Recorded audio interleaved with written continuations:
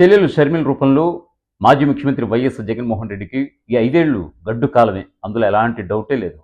ఎందుకంటే మొన్నటికి మొన్న వినుకొండ రషీద్‌ది రాజకీయ హత్య అని వైఎస్ జగన్మోహన్ రెడ్డి అంటే, లేదు ఇది వ్యక్తిగత హత్య అంటూ కూడా ఏపీసీసీ హోదాలో ఉండి ఆమె కొట్టిపారేశారు. మరొక వైపు ఇవాల్టికి ఇవాళ చూసుకుంటే గనక ప్రభుత్వంపై సంకీర్ణ ప్రభుత్వంపై విమర్శలు ఎక్కుపెట్టారు ఎక్స్ వేదికగా షర్మిల. రైతులకి విత్తనాలు పంపిణీ చేయడం లేదంటూ కూడా ఆమె మండిపడ్డారు.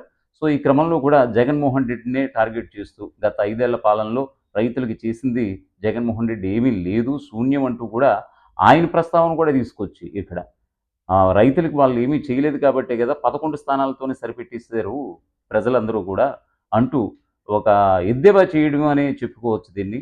సో, ఆయన్ని ఉటంకిస్తూ, ఉదహరిస్తూ ప్రస్తుత సంకీర్ణ ప్రభుత్వానికి హెచ్చరికలు జారీ చేయడం చూస్తుంటే జగన్నే టార్గెట్ చేసినట్టుగా కనిపిస్తోంది.